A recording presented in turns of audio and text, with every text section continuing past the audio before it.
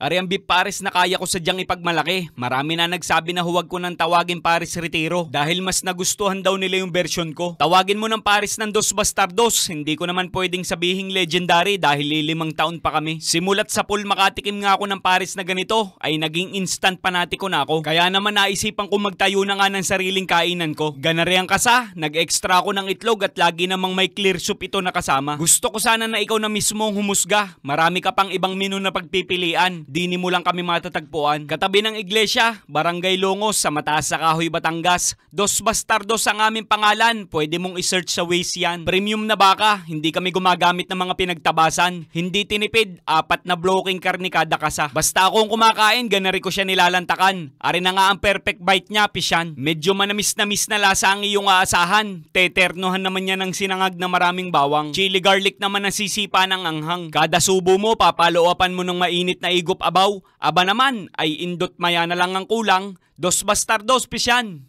Ay inang!